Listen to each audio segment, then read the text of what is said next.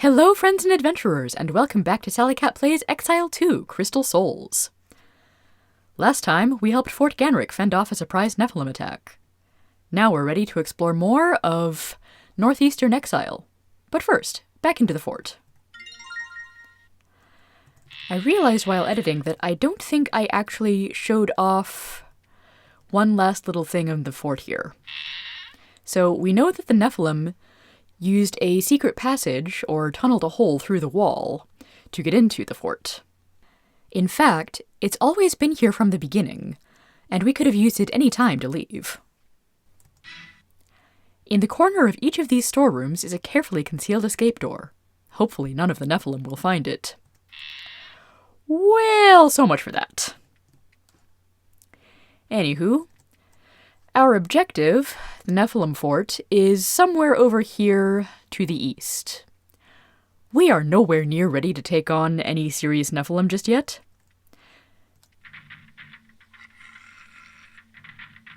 Allow me to demonstrate.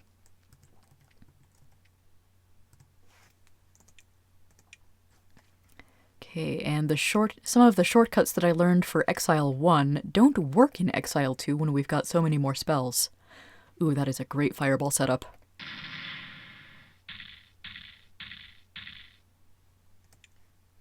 And that's right, Morwen is my priest, Telemane is the mage.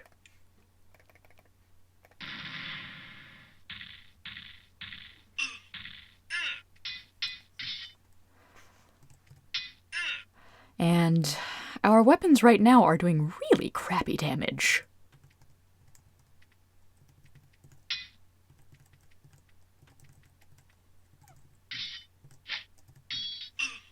Except for Kazal. Kazal's doing pretty well.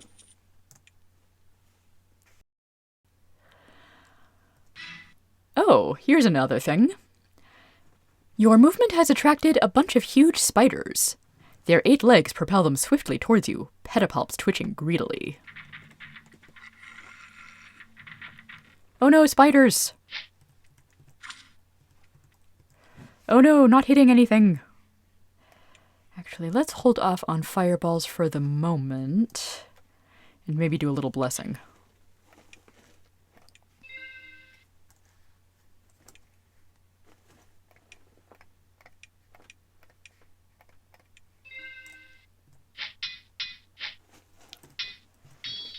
There we go, actually hitting and doing damage.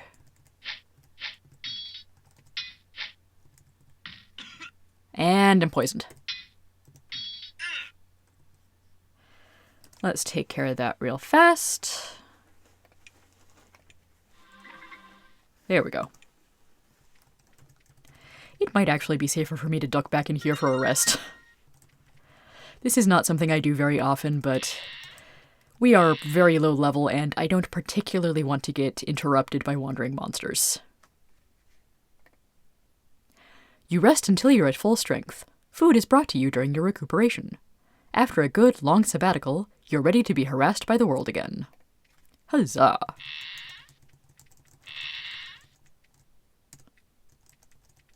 So, one other nifty new feature in this game, we have roads.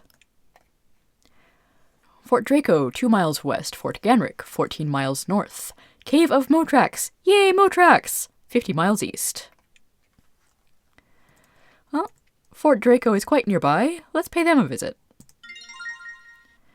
Possibly we can find some better weapons to replace what we've currently got.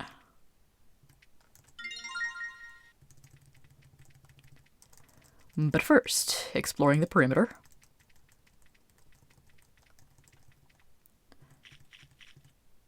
Under one of the piles of ore, you find a trapdoor in the cave floor below. It is surprisingly poorly concealed. We'll have to investigate that at some point, but not just now.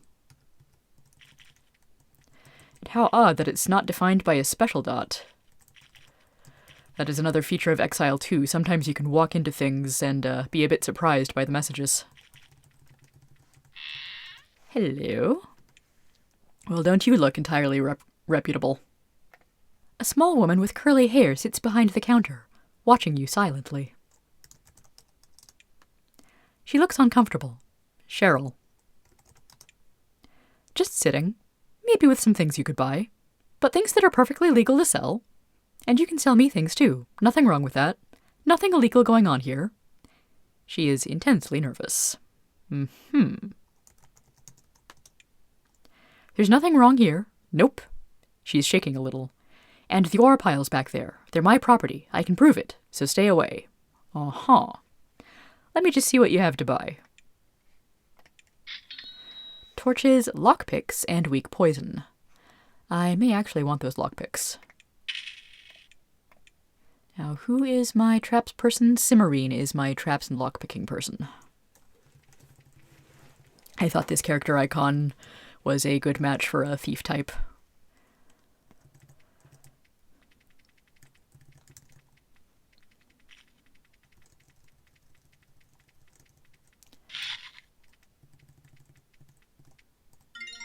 Yeah. Anything interesting on this side? Oh, joy! Rats. Ooh, assassination.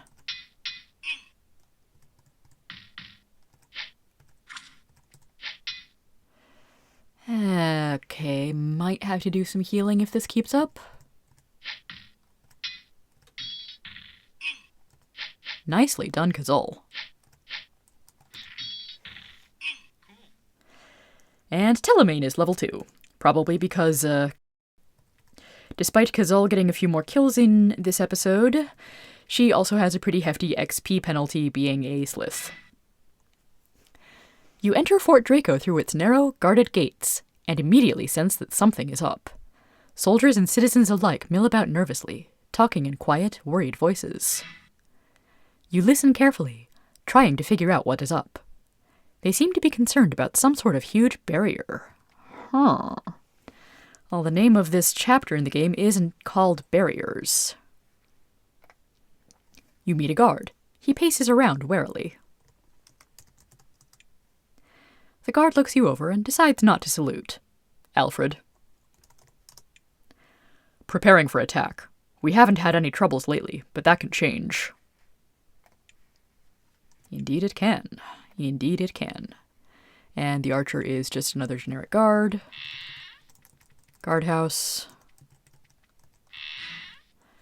This open building has several broad, flat-bottomed boats in various stages of construction. They are simple and stable, ideal for navigating the subterranean rivers of Exile. Very neat. Not going to unlock that door just yet.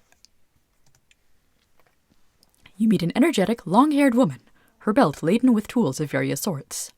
She holds a ruler and a scroll, and her jerkin is covered with a light layer of sawdust. Okay. So Fort Draco did have a boat shop in the previous game, but now it appears to be under different management. I'm Tess, the shipwright of Fort Draco. Pleased to meet ya.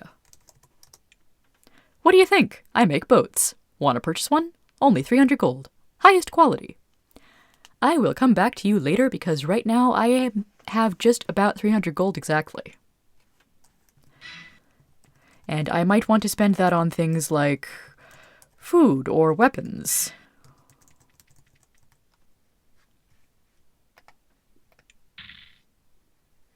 Didn't work.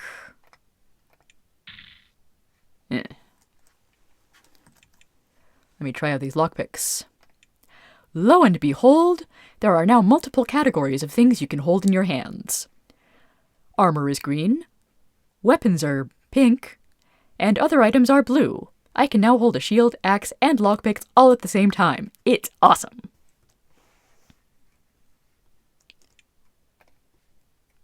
Pick lock. Pick breaks. Maybe I just won't unlock that one right now, because I'm pretty sure it's Tess's bedroom anyway.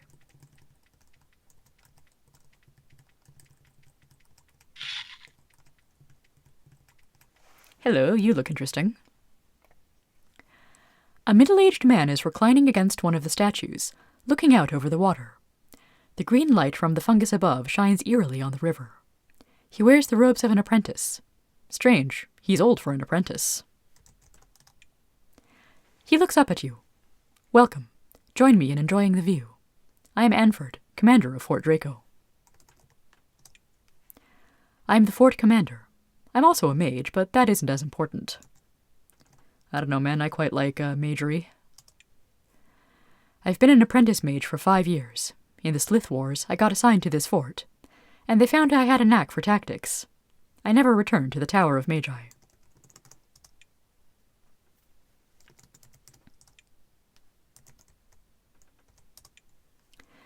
This is where I do my thinking about the fort. My office, so to speak. Normally, I'd be planning tactics, defenses, that sort of thing. But not lately.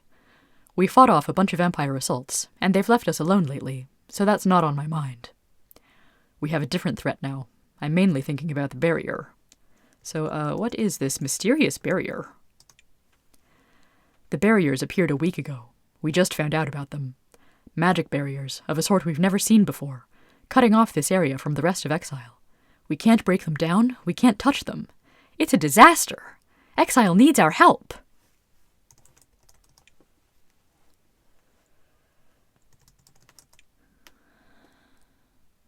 Well, that is all manner of concerning.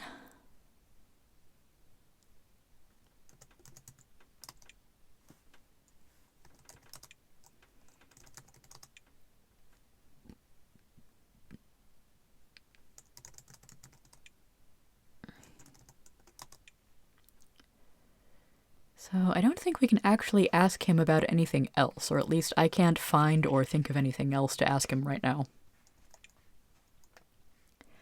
Copper plaque reads, Esther's armors.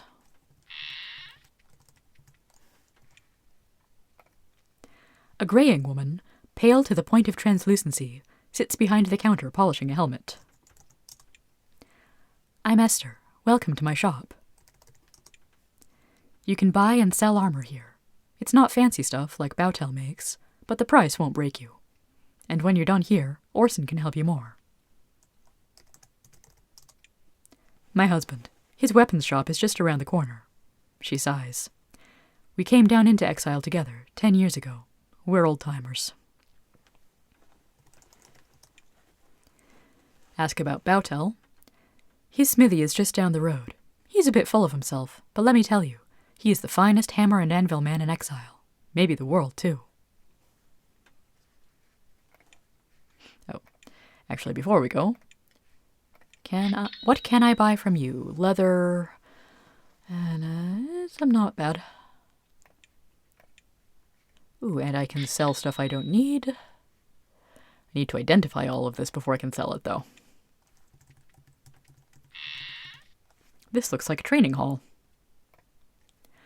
A brawny man paces edgily about. He looks you up and down and is clearly unimpressed. As well he should be when almost everyone is level 1. Boris. His voice makes the air vibrate. I train people who need it. I teach stuff to a lot of soldiers. Soldiers often get sent to me to learn. The Empire soldiers are fast and deadly. It's all I can do to give them the skills to avoid being butchered.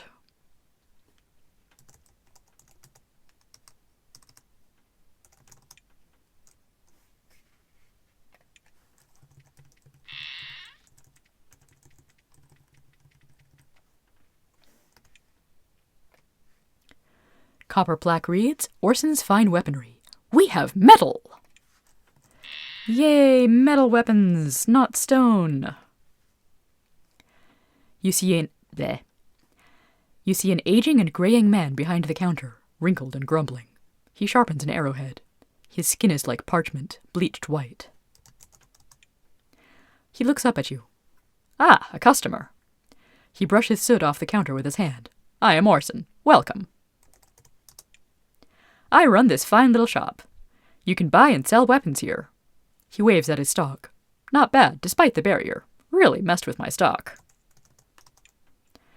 Well, I won't be able to get much new stock with those barriers up, but I still have a lot here. I just hope they get the thing down soon. Okay, so we can pick up some stone weapons, some bronze weapons, and it's really pretty basic stuff. Ooh, might get the bow for trouble since he's got arrows. Actually, does Trouble have much archery skill? A little bit. Probably just enough to hit something. Now he can be troublesome at close range and long range. A finely etched brass sign. Bautel's Forge. Quality work to order. Probably way above our price range for now.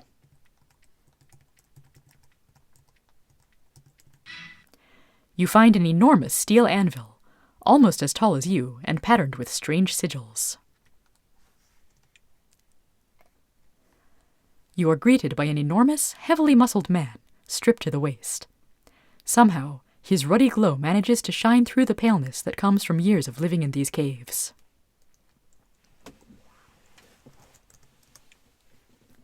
He grabs your hand. I'm Bautel, Master Blacksmith of the Caves. He doesn't seem terribly humble. I work steel. Only person down here who does. If you want a good weapon, you can buy it here. I also do repair work. Yes, indeed. Mighty Demon Slayer itself was reforged by my hand. This seems implausible, but you let it slide. I can repair any blade you need reworked, and I can improve weapons too. Well, we happen to know that he is telling the truth about repairing Demon Slayer. He leans close to you. Let's just say not all of my skills are mundane. Some are magical. For a fee, I can take any non-magic weapon and give it an enchantment. Make it stronger. I'm the only man who can do it. Only works once for each weapon, though. If you're ever interested, bring me a weapon and ask me to augment it. Make sure you know exactly what it is first. So I'm assuming we can't do it on unidentified weapons.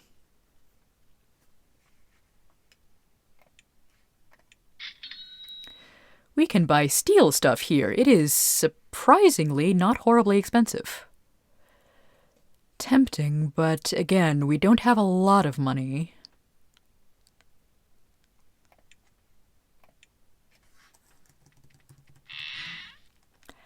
This is the foundry, small, searingly hot, and productive.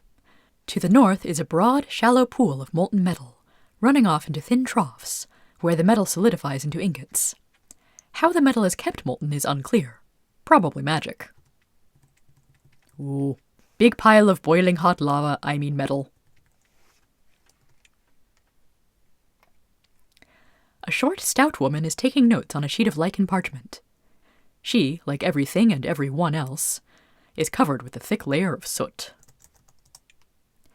She slaps you on the shoulder in greeting. You think she sprained something. Hi, call me Cappy. I'm the forewoman here. We can't talk long. We have a load of ingots due in Formalo. Biggest city up here. It's some ways to the southeast. Have a large barracks there. She frowns. Lucky thing our next deal is going there, what with the barrier and all. Because of that barrier that just appeared, we can't send stuff anywhere else. It's a bad thing. Lots of fortresses count on us for weapons.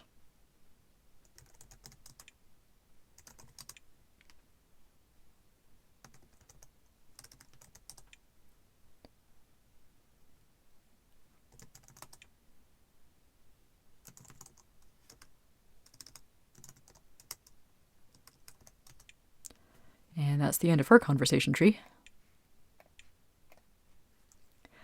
A tall, thin woman heaves sacks of ore over to the smelter. The muscles of her arms show through her pale skin like steel cables. She gives you a brief nod. I'm Della. I help keep the foundry going, while I can. Those cursed Nephilim have cut us off from our fine ore, but we've got plenty stored up, so we'll be making steel for a while.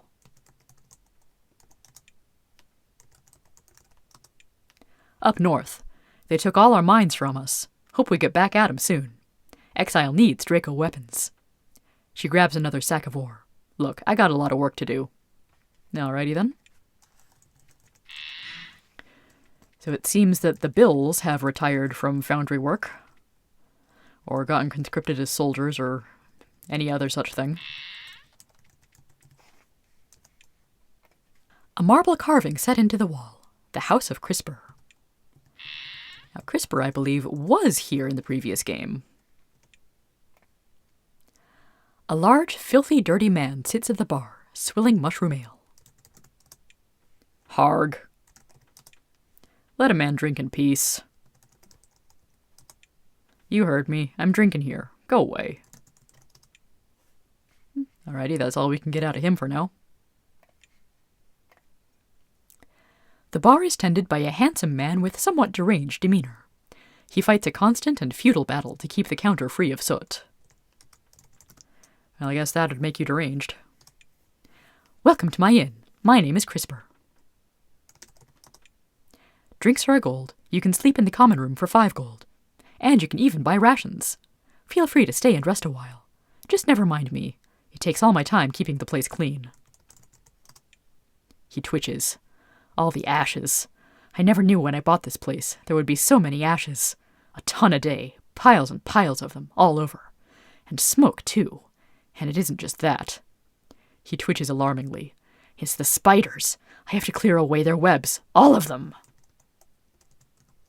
Spiders, you say? We did just run into a bunch of really big ones outside of town. They are what did this to me. It was the happy spiders. I can't get them out of my brain. I hear them speaking to me sometimes. A whole bunch of them live to the west. Some of them came around not that long ago, looking for someone to help them. I ran. I've always hated spiders, and having them hit on me only makes it worse. He's ranting. You get nervous. Sounds like he keeps meeting up with the giant, intelligent, friendly talking spiders. What fun.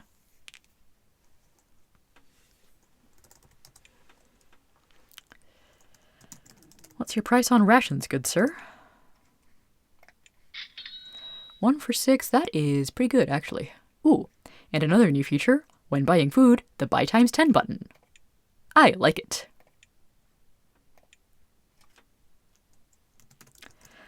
So let's finish off with a round of drinks. Here's some of our finest. He serves up several mugs of mushroom ale, with little flecks of soot floating on top. It's strong and not entirely repulsive.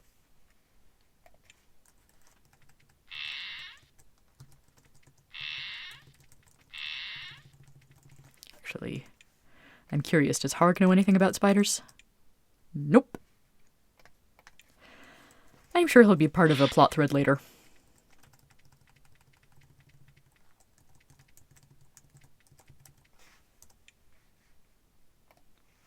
A crude wooden sign.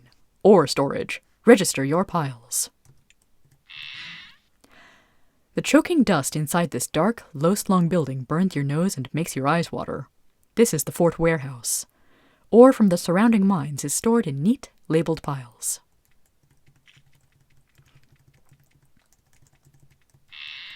And there's somebody in here. You find a very young man, just starting to get fuzz on his upper lip. He's rearranging the thick piles of dirt on the floor with a large broom. Huge piles of ore dwarf him on either side. Hi, I'm Kev. Sweeping up the warehouse. It's nice to see someone. This place keeps making me nervous. I keep hearing noises. From the storeroom with all the barrels. I hear scraping in there all the time. I try not to go back there. It sure don't sound like rats. Big as me, and sometimes they blow this foul, nasty gas at you. I run when I see 'em. You should do the same. Well, yeah, but I've got knives.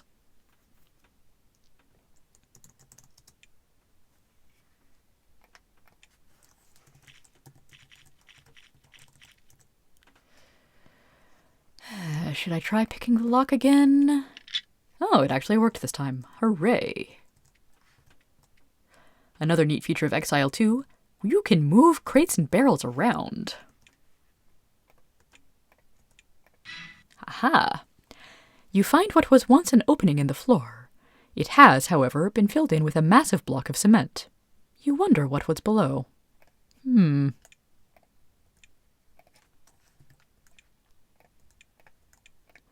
Okay, only one of those spots contained anything interesting.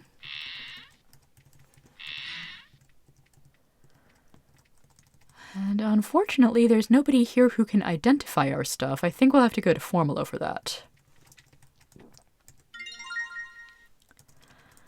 But next time, let's let's find out what lies under Fort Draco. See you next time, everybody.